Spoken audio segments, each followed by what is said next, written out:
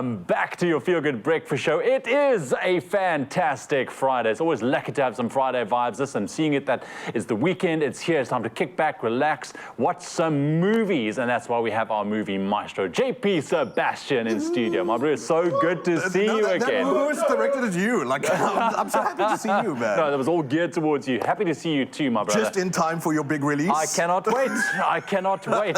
Yes, I've worked hard on this one. Yes, but Magic Mike back for a third time around. That's right. So movies releasing today. That's what you're talking about. Indeed. Okay. And probably pretty good ideas for date movies. We've got two of them that we're talking about. Very different angles, certainly.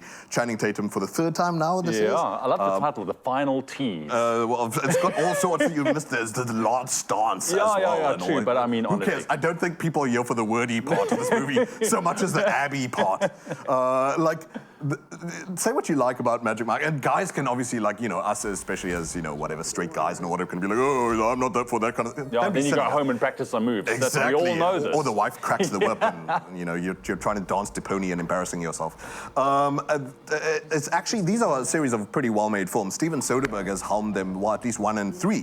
Soderbergh is back. For the Soderbergh, by the way, is Traffic, Logan Lucky previously, all the Oceans movies. Yeah. Class director. And so he's so interesting because he takes in a story which is actually, for the most part, of the real life story of Channing Tatum, who started as an exotic dancer before he was an actor.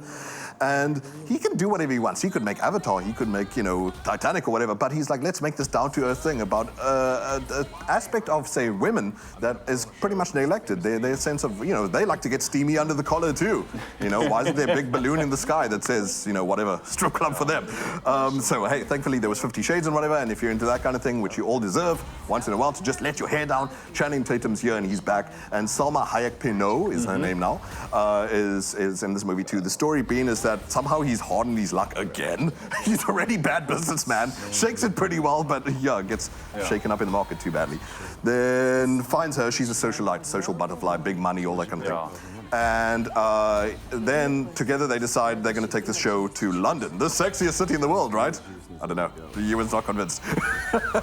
And there they put on this big stage act for the local women and the local ladies to discover aspects of themselves that Salma Hayek has to sort of realize late, in inverted commas, in her life, that she was sort of neglecting herself. So they find in their way this business partnership, which as well blooms into this big romance. But all of that aside, like, what's cool about Magic Mike is, like I said, the main thing that matters is that it's really trying to, you know, speak to this neglected story about this, the right to sensuality that, you know, these sorts of, you know, that women deserve and all that kind of stuff. The romance to one side, the business to one side, it all comes down to that moment where it's like the backwards chair move and all that kind of stuff and all the stuff that I'll need to build up to the end. But I must be honest, I mean, the first Magic Mike, it was fantastic. The second one, I thought, it was okay. Wasn't even Soderbergh, so it wasn't that great. There was one good scene where he did a thing. So high hopes for this one.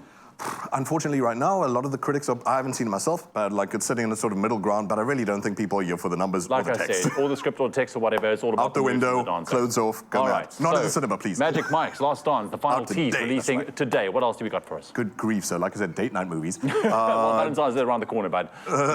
25 years later around the corner, this is back on the big screen. I did not get to see this in cinema. Did you get to see Titanic? I did see it in cinema, but I believe now it's going to be back in cinemas. It's remastered, it's reworked. 4K, 3D. All the big numbers. Back then, we were just talking about it off air. When we first saw it in cinemas, it was great because we didn't know any better, you know. And there we had an epic movie on a big screen. It did super, super well.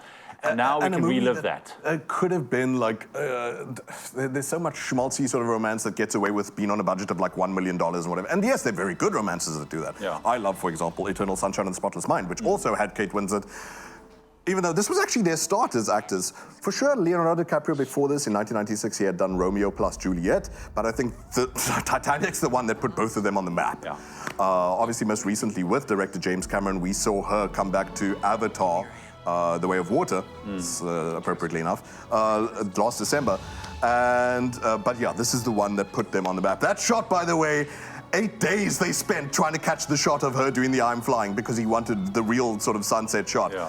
There's a huge amount of CG and computers that goes into James Cameron's work. He's not shy of that at all. Yeah. Avatar is all in computer, but there's so much that I think Titanic is really sort of going to blow, maybe if young people go watch this, blow your minds that this was built by hand.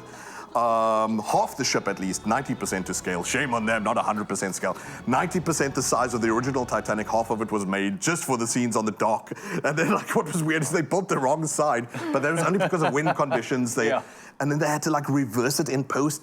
There's so much. Aside from those major things, they're also down to James Cameron, this obsessive director, going to 150 extras, giving each of them stories, saying, you, and even though you're going to be in the background, here's what you were. This is the mannerisms you'll have. This is the argument you were having in the background behind it. He was so engrossed down to the finest nut and bolt.